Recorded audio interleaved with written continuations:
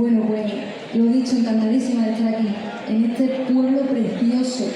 He tenido la ocasión, la oportunidad de conocer rincones paradisíacos en esta Extremadura bella que tenemos nosotros, en nuestra bendita tierra. Así que nada, esta noche os traemos una pinceladita de lo que he lanzado hace ya unos meses.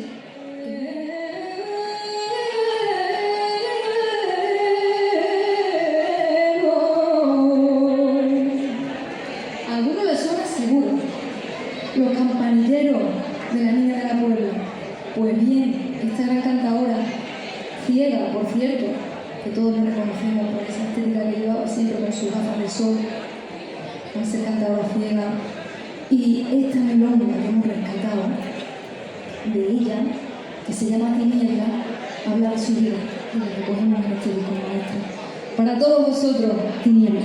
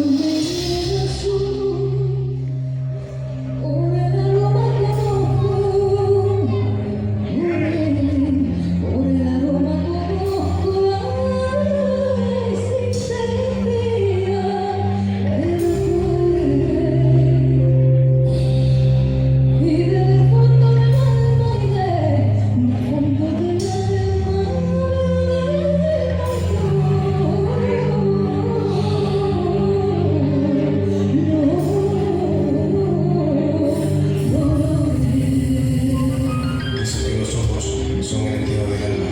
El alma grita lo que los ojos dicen. Lo que no cuenta es que los gestos y caricias